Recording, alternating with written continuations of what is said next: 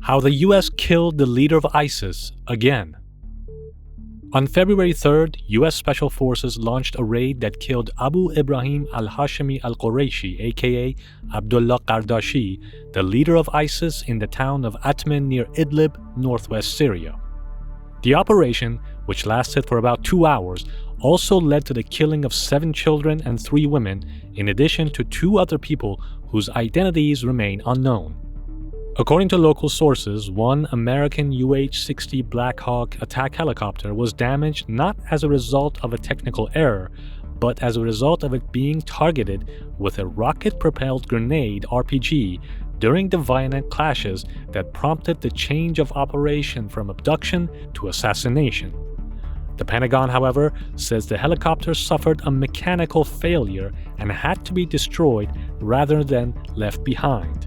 There are unconfirmed reports circulating that a group of Iraqi special forces, likely from Iraqi Kurdistan, participated in the operation, and there are also reports of casualties among them during the clash, while the American role was leadership, coordination, and air support. As for the impact of this assassination on the organization's capabilities and operations, it is certain that it will be limited in technical terms. The person who will succeed al-Qardashi in case of his death has already been chosen, some reports indicate. The history of ISIS confirms this, as the killing of Abu Musab al-Zarqawi in 2019 did not weaken the organization, as some argue, since his successor, Abu Omar al-Baghdadi, escalated its activities and expanded their territorial control during his reign. Why was the ISIS leader stationed in such a town and in plain sight? It is natural for ISIS to try to camouflage the hiding place of their leader by staying in the last place that can be expected by American and international intelligence. Thus, the city of Idlib in northwest Syria, home to those who fight ISIS, was chosen for such a purpose. Let's take a deeper look at the operation.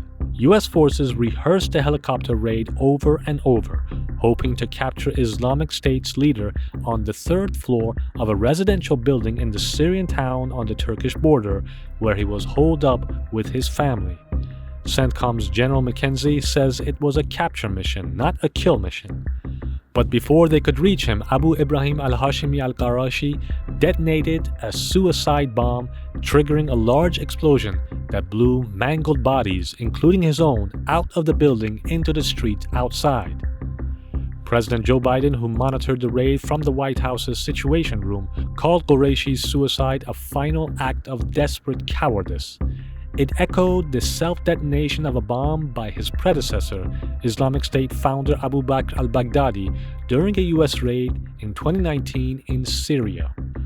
For residents in the town of Atmeh, the events were terrifying as U.S. forces swept in aboard helicopters before trying to evacuate civilians from the cinder-block building using loudspeakers to tell them to leave. Men, women, and children, raise your hands. You are in safety of the American coalition that is surrounding the area. You will die if you don't get out, said one woman recounting the U.S. warnings. Marine General Frank McKenzie, who oversees U.S. forces in the region and was providing updates to Biden, said U.S. troops got 6 civilians, including 4 children, to leave the first floor of the building before the blast ripped apart the top floor. The explosion, which was more massive than would be expected from a suicide vest, killed everyone on the 3rd floor and, in fact, ejected multiple people from the building, McKenzie said, adding that Qurashi, his wife, and 2 children died. A second U.S. official later said 2 of Qurashi's wives and 1 child were killed. As U.S. troops advanced to the 2nd floor, one of Qurashi's lieutenants and his wife started firing on the Americans and were killed. 1 child was found dead there, McKenzie said, and 3 other children and an infant were brought to safety from the 2nd floor. Syrian rescue workers said at least 13 people died, most of them women and children. The Pentagon said at least 2 armed members of a local al-Qaeda affiliate were killed by gunfire from a U.S. helicopter after they approached the scene of the raid while U.S. troops were still at the site. U.S. officials said Qurashi's death was another setback for a group that once ruled a self-proclaimed caliphate stretching across territory in Syria and Iraq. It is now waging insurgent attacks. Planning for the operation began in early December when officials became convinced the Islamic State leader was living in this building, officials say. Biden received a detailed briefing on options for capturing Qurashi alive on December 20th, a senior White House official said. One official said the operation was complicated by the fact Qurashi rarely left his residence on the building's third floor and relied on couriers to interact with the outside world. The number of children seen in the area and families believed to be living on the first floor led U.S. officials to try to craft a mission aiming to safeguard civilians, they said. That ultimately required putting U.S. forces at risk in a raid, instead of launching a remote drone strike, the official said. U.S. military procedures to guard against civilian casualties are under scrutiny following a high-profile mistaken drone strike in Kabul during the U.S. evacuation of civilians from Afghanistan that the Pentagon initially hailed a success. The Pentagon said it would review all the information from the Atmeh raid to ensure no civilians were harmed by U.S. forces, but stressed all indications so far were that civilian deaths were caused by Islamic State fighters themselves. Biden gave final approvals for the mission during an Oval Office meeting with Defense Secretary Lloyd Austin and General Mark Milley, who as chairman of the Joint Chiefs of Staff is the top American military officer, U.S. officials said. Biden, Vice President Kamala Harris, and other administration officials received real-time updates from Austin, Milley, and McKenzie as they watched the operation unfold on several screens from the Situation Room, the official said. Biden joined the group in the Situation Room around 5 p.m. Eastern Standard Time after finishing a call with French President Emmanuel Macron on an unrelated topic, the White House official said. Biden said God bless our troops once U.S. forces were wheels up after the operation and kept tabs on them during the night as they flew to safety, officials said. Once U.S. forces were in safety, Biden reflected on an airstrike carried out in 2015 when he was serving as vice president that killed another ISIS leader and injured Qurashi, costing him a leg, the White House official said. Milley told Biden that U.S. forces hit a visual ID jackpot when they viewed Qurashi's body and confirmed his identity using biometric data taken from a fingerprint during the flight back, the official said. They waited to announce his death until after a DNA test was completed, the official added. He was on our target list from the earliest days of the campaign.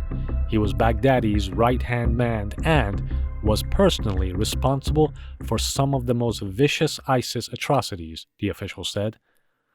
As previously explained, the operation was in the works for months.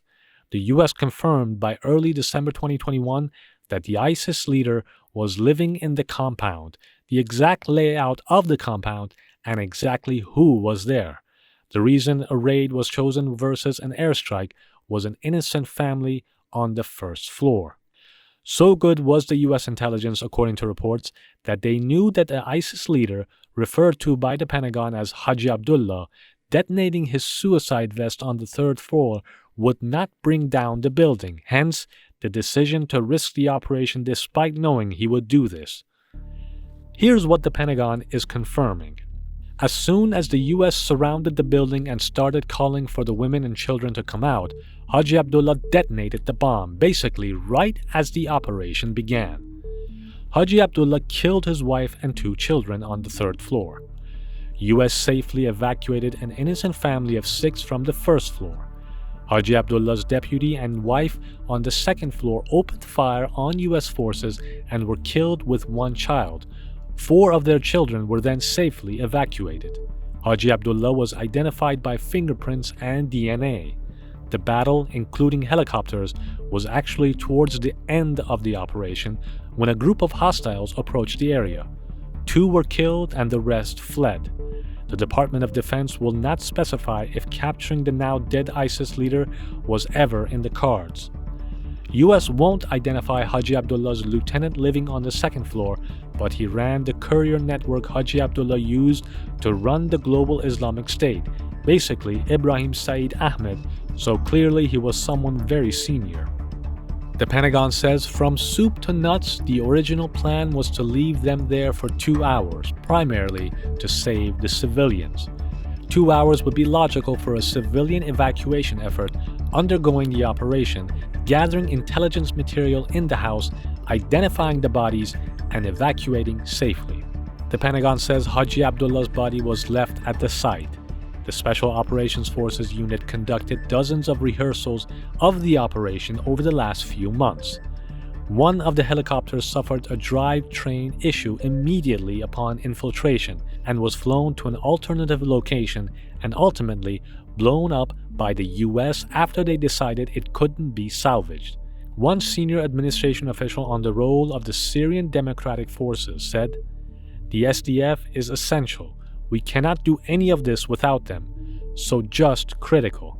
I don't want to get into any details, but critical, vital enablers for operations like this."